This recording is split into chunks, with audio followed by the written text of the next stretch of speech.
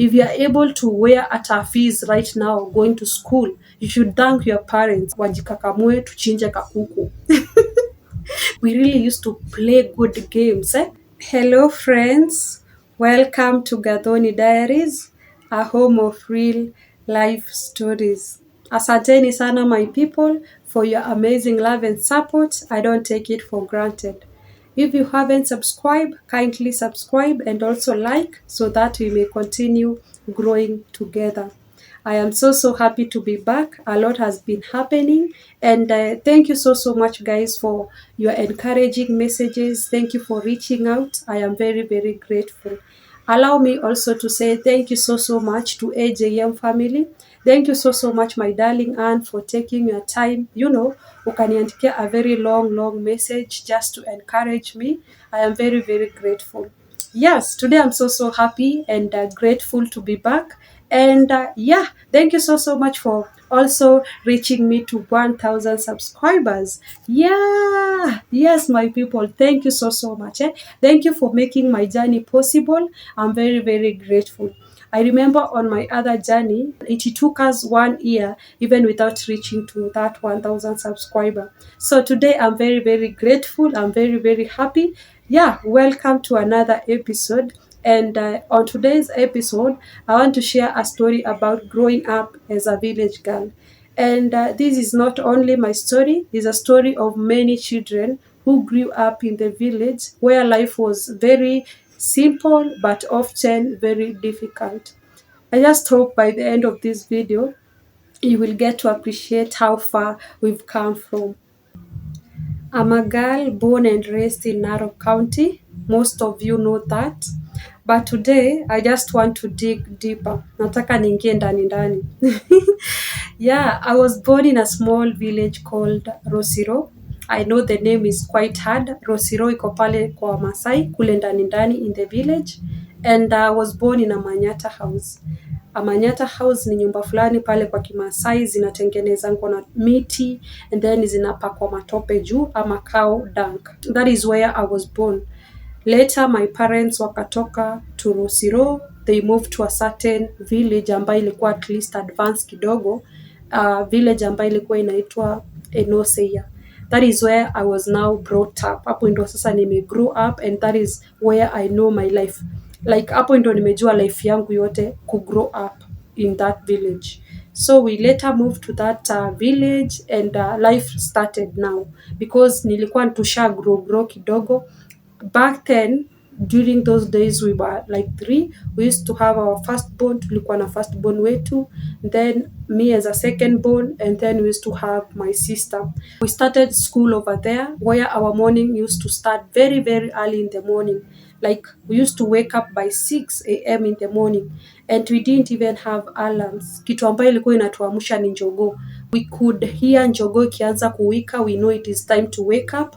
And then other days our mother could just wake up early in the morning, aanze kupiga kelele. Like I don't know what was happening back in those days, but my parents used to wake up very early in the morning, anaanza tu kupiga kelele, anaanza kusema laleni kabisa kama nyinyi ni watoto wa matajiri. So tukisikia hivyo we wake up very early in the morning. Yeah, ama ataamuka asubuhi hata kama si siku za kwenda shule afungulie Kameme FM. My goodness, we really suffered. We used to wake up very early in the morning, hata siku ambazo si za shule. So we started our school in Enoseia Primary, where like distance, your school ilikuwa a very long distance. And one of the funny plus good memories that I remember when I was growing up, it is our school uniform. We used to wear a green uniform. For the girls dress, green uniform. For the boys short, green uniform. And then our sweaters used to be green. Everything used to be green. And then our area ilikuwa so greenish. So we used to match the environment. Na pia sisi kama watoto, we used to match. It used to be very funny and beautiful memories right now looking back. Yeah, we went to that school, started like our nursery. Nursery ilikuwa inaanza even without wearing uniform. Nurseries no need to wear uniform. You could wear anything. Nguo za home, you go to school and life continues. Now from class 1, unashonewa nguo refu sana kama ya Mokorino. I don't know what was happening with the size of our uniform. Used to be so long, especially for the girls. Nguo refu sana imefika pale chini, ndio at least ikusukume several classes, because money was the problem. Tulikuwa tuna one pair of school uniform because of the money. Tunakana this school uniform until mahali itaishia, na ikiraruka inapigwa viraka.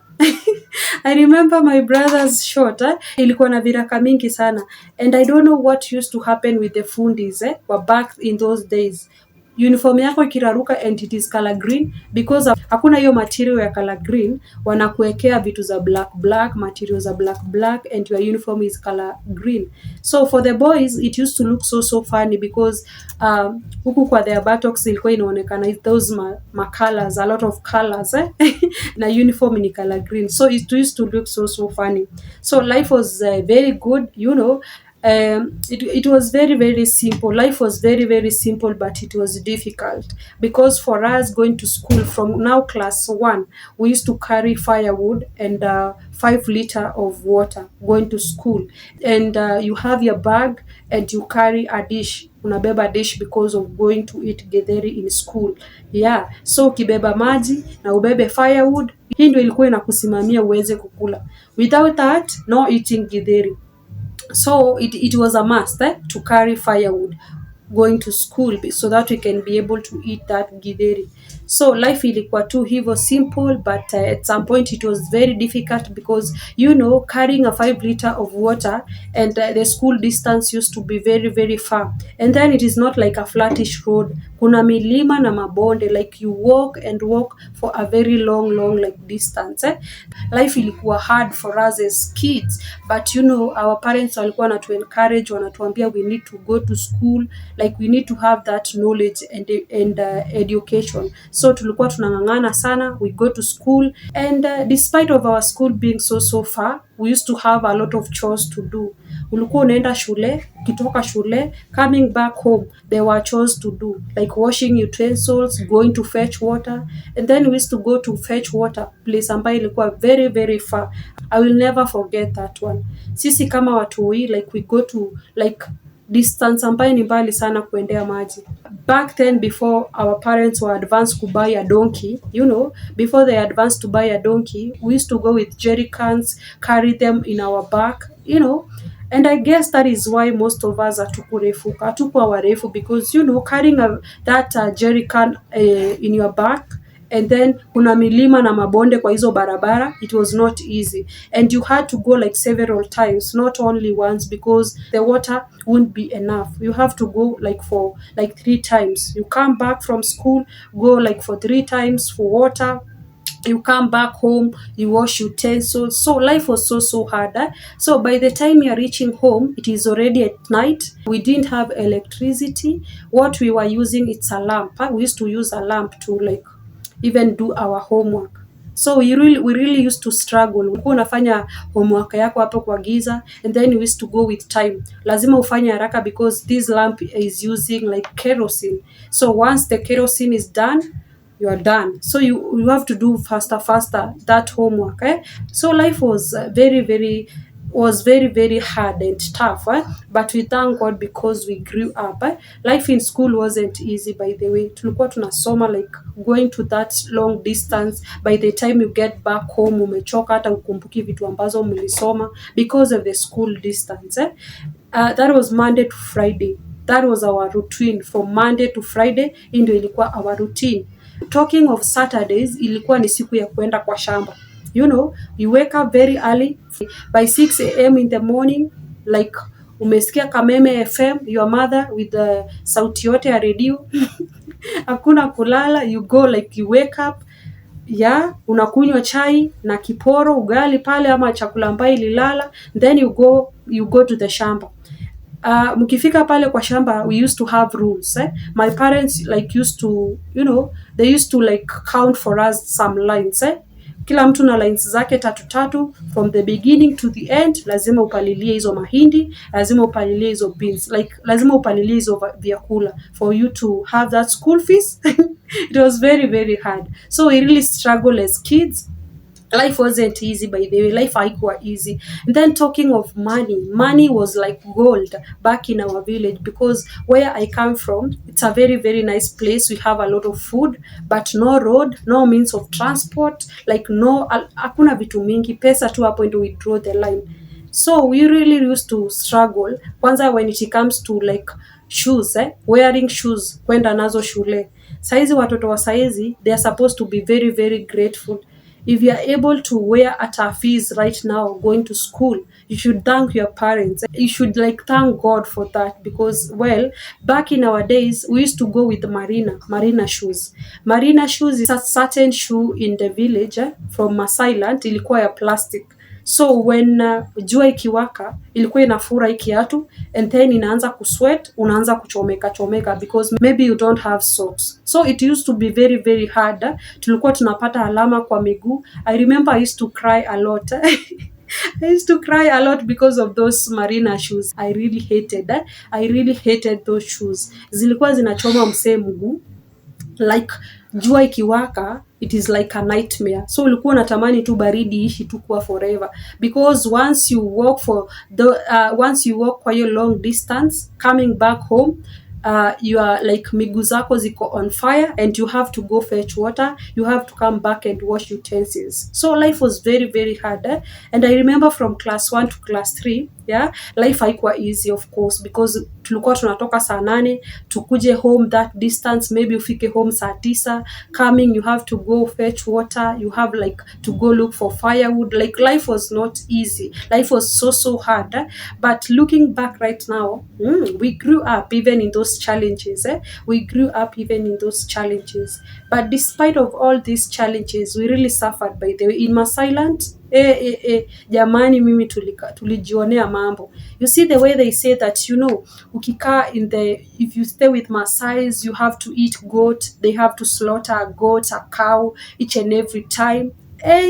Hiyo ni ndoto jamani, that is like a nightmare. Hii ilikuwa inafanyika during, you know, ilikuwa inafanyika only kwa Christmas, na ni kwa wale ambao wako na mbuzi, ni kwa wale ambao wako na ng'ombe ndio walikuwa na slaughter. For us who don't have, our parents could like wajikakamue tuchinje kakuku.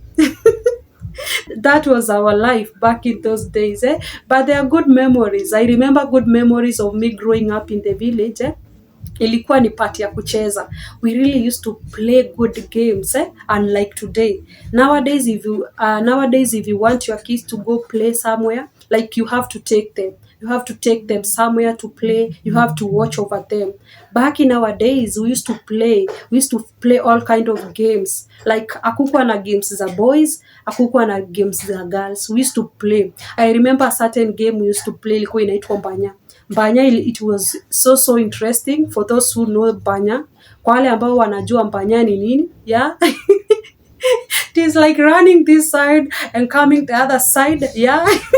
That is what is called Mbanya. It used to be very very interesting. We used like to make our own dolls, you know, play with them. Like it used to be so amazing. We used to play. We used to climb trees, which was very very fun. Even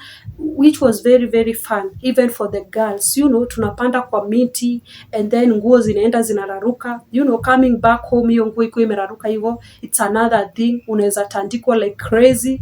Like life used to be very very simple at some point, fun, you know. We used to have good memories, I have a lot of good memories. Like I remember growing up as a child, and then the funniest thing of our school, hatukuwa hata tunashuka nywele. So we used to like kunyolewa, tulikuwa tunanyolewa like Jordan. It used to look so fun even for the girls. I don't know what was happening, like na mambo za kushuka, hatukuwa tunashukwa nywele like during school days, you know. Unanyolewa kiparangoto. Unaenda shule kusoma, because you know we really needed that education. Yeah, after hizo shule, after hiyo kucheza yote, there were some parts to go to the shamba. We used to go to the shamba like to assist our parents. Tulikuwa tunagawiwa some lines, you know. We used to like tunapalilia vyakula for us to like you know, ndio tuendelee kusoma. Our school fees used to be like we used to pay like 50 shillings for the exam, yeah, and it was very very hard even to get that 50 shillings. You could imagine at some point tulikuwa tunafukuzwa because of 50 shillings. Tunaambiwa go home, bring that money for exam. So you go home, you find your parent, hata kwanza umpati home, unaenda home unampata hata yuko hapo shamba. You go to that shamba, unamwambia nimetumwa pesa ya mtihani, anakuambia oya kahoma. That is, take that homa, yeah, take that jembe, we need to palilia this food, lazima tupalilie hizi chakula, utaenda shule nikipata hiyo pesa. So life was very very hard at some point, tulikapitia sana, but the good thing is we really grew up. Growing up in the village was simple, was very very sweet, we had a lot of good memories, ilikuwa tu yani amazing, yani the games we used to play, yani it was so amazing. And then the unity, one thing that I really loved about growing up in the village was the unity. Like people used to love one another, watu walikuwa napendana, watu walikuwa nakaa kwa amani, you know, you could share like food. Where I come from, there are a lot of food, kuna chakula mob sana, but kupata kitu kama pesa ya kubuy chumvi, like salt, you know, sugar. I remember a lot of times we used to drink that tea without even that sugar, because you know, getting that 50 shillings like to buy sugar was a problem. So we used to drink that like chai yenye haina sukari. At some point ukikosa chumvi unaenda kwa jirani, you know, mama yako anakutuma kwa jirani, you go there unaomba chumvi, and because you cannot keep on borrowing each and every day, like you have to go like, you know, kwa majirani kadhaa. Leo ukienda huku kama mama yako na baba yako hajapata pesa ya chumvi, the next day you go to another neighbor. So that was life back in those days, like people used to love one another, kulikuwa na unity. And growing up in the village, looking back right now, like it really taught me to appreciate the hard work that our parents like used to put. You know, my parents used to work so hard, especially my mom. Like I saw that woman struggling. I saw that woman like struggling even to a point of us kupelekwa to a boarding school. And you know, going to a boarding school, it was lots of money back in those days. So I saw that woman struggling. Alikuwa anapeleka hizi vyakula ambazo tulikuwa tunalima, anapeleka kwa soko. No means of transport, it's a struggle. Like you take so many days, especially on rainy season, before even reaching to, you know, utokeleze kwa lami. It was so hard. But I saw that woman like struggling with us. I saw that woman like working hard for us. And looking back right now, I appreciate the effort that they put for us.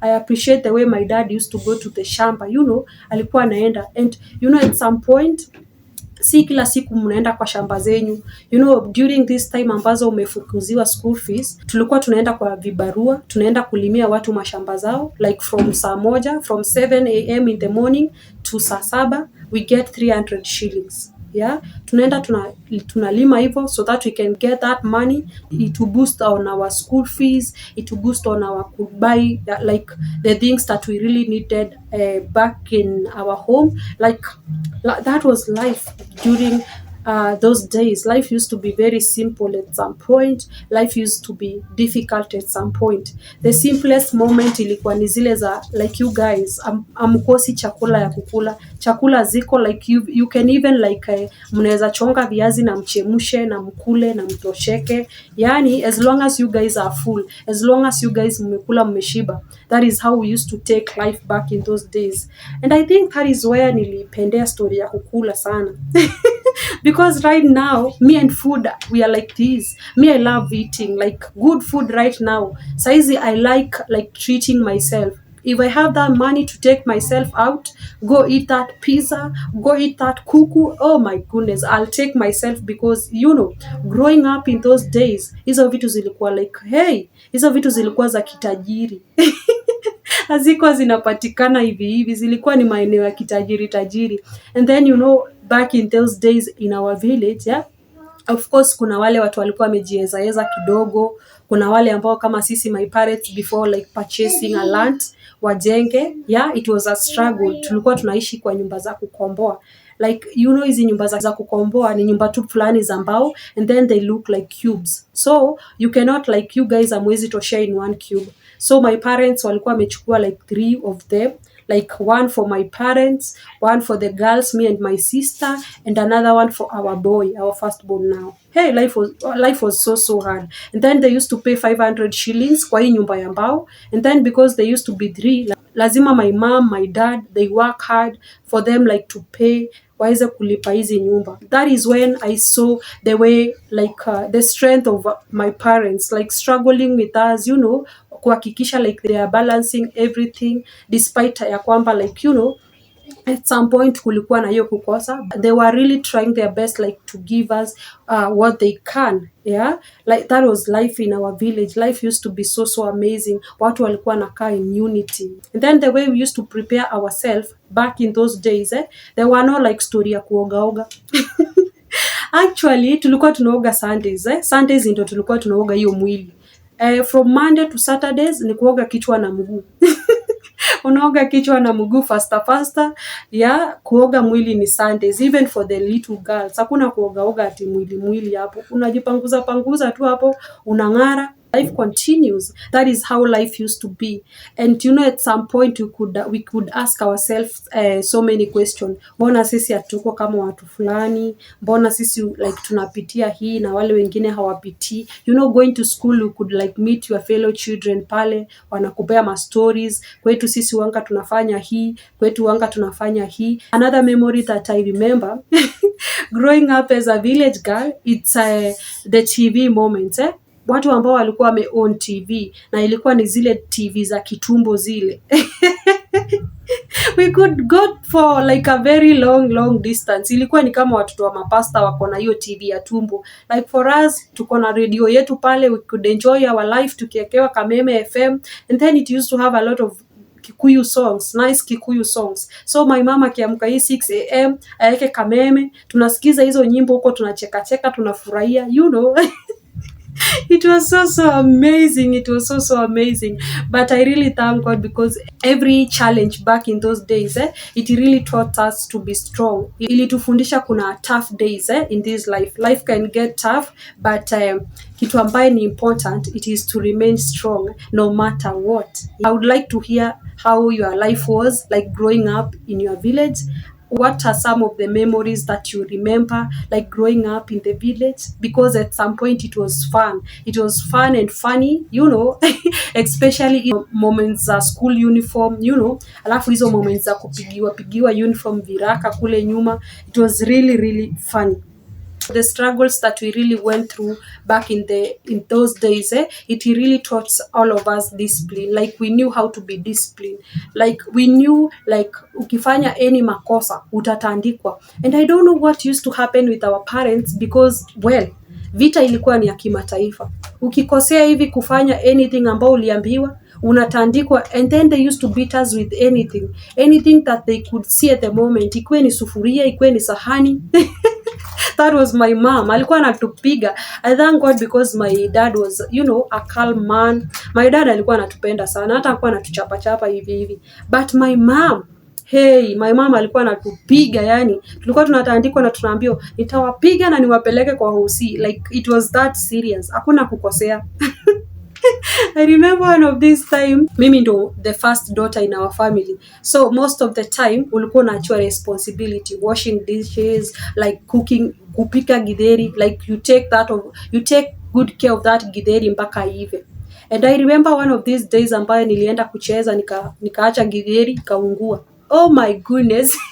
Na hiyo ndo ilikuwa inafaa ikuliwe sapa. Like my mom came back home na akasikilia harufu ya githeri yake kuungua huko kwa gate. By the time anafika kwa nyumba ni vita. Ni vita, makofi, mateke, hakuna mchezo. Like our parents used to beat us like ile vizuri. But I thank God because hiyo kutandiko hivyo ilitufundisha kukuwa watu ambao wako na discipline. Yeah?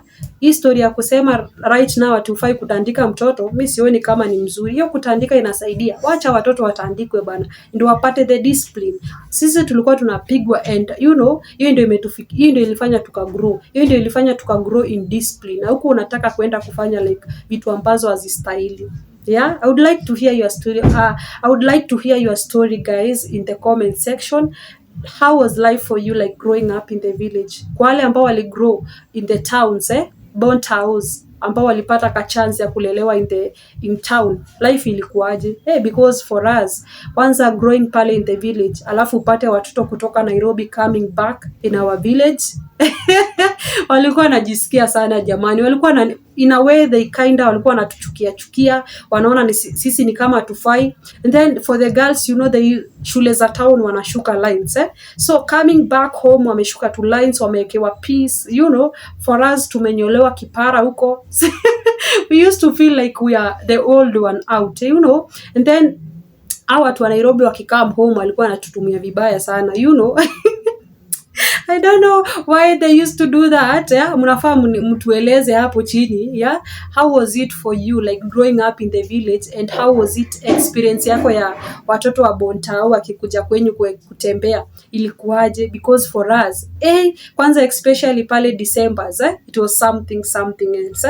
I have a lot of memories that I remember growing up as a village girl, growing up as a child, yani most of the the happy moments that I really remember ni hiyo point ya kucheza, like it was so fun for us. Ilikuwa so amazing growing up in the village. Hata kama ilikuwa na a lot of difficult, at least right now we are somewhere, at least tumegrow. Some of us, we are no longer in the village, at least tumeadvance to towns, at least we can be able to work, we can be able to work and buy anything that we want. We can be able to work even for our future, na tuende tutengeneze maisha yetu ya pale ushago. If you are watching this video and you are feeling maybe una go through a lot of difficulties, maybe unajiuliza maswali mengi, mbona mimi niko in the village? No, just take it easy, because watu wengi sana sisi pia tulilelewa hapo, and right now looking back, we are not the same place that we started. So hold on there, do not give up, just keep on working hard, keep on, like kama uko hiyo point ya kusoma, keep on like soma kwa bidii, because at some point itafika to time and utatoka in the village na mambo itakuwa amazing, one step at a time. So thank you so much, my people, for listening. Thank you so much for listening to my story up to this amazing far. I would like to hear your story. How was life for you, like growing up in the village? How was life for you, like growing up, wale ambao waliweza kulelewa in the city? How was life for you? Share your story there on the comment section. Tuendelee ku-engage, we go far together. Until the next episode of Gathoni Diaries, it's a bye for now. See you on the next episode. Bye.